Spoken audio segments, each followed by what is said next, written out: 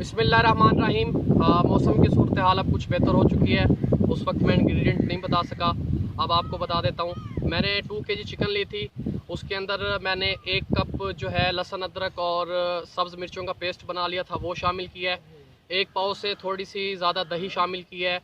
2 table spoon सिरका use किया है। 2 tablespoon chilli sauce, 2 tablespoon जो है सोया सॉस यूज़ किया है। इसके अलावा मैंने इसके अंदर जो है कचरी पाउडर यूज़ किया 2 टेबल स्पून, और हल्दी यूज़ किया 1 टेबल स्पून, नमक यूज़ किया है 2.5 टेबल स्पून, दड़ा मिर्च यानी रेड कुटी हुई मिर्च जो मैंने यूज़ किया 2 टेबल स्पून, और इसके अलावा मैंने जो है सौंफ यूज़ किया है इसके अंदर 1 टेबल स्पून, ज़ीरा पाउडर मैंने इसके अंदर यूज़ किया 2 टेबल स्पून, और इसके अलावा अजवाइन मैंने इसके अंदर शामिल किया 1/2 टेबल स्पून, और घी मैंने इसके अंदर शामिल किया है 2 टेबल स्पून, और इसके अंदर मैंने थोड़ा सा फूड कलर यानी जर्दा कलर शामिल किया है। इन तमाम चीज़ों को मिक्स करके मैंने 2 से 3 घंटे के लिए मैरिनेट करके रख दिया था।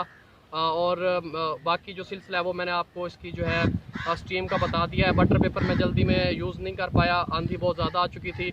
आप बटर पेपर लगाएं या फॉयल पेपर भी आप यूज़ कर सकते हैं, उसके ऊपर आप इन पीसों को रख दें।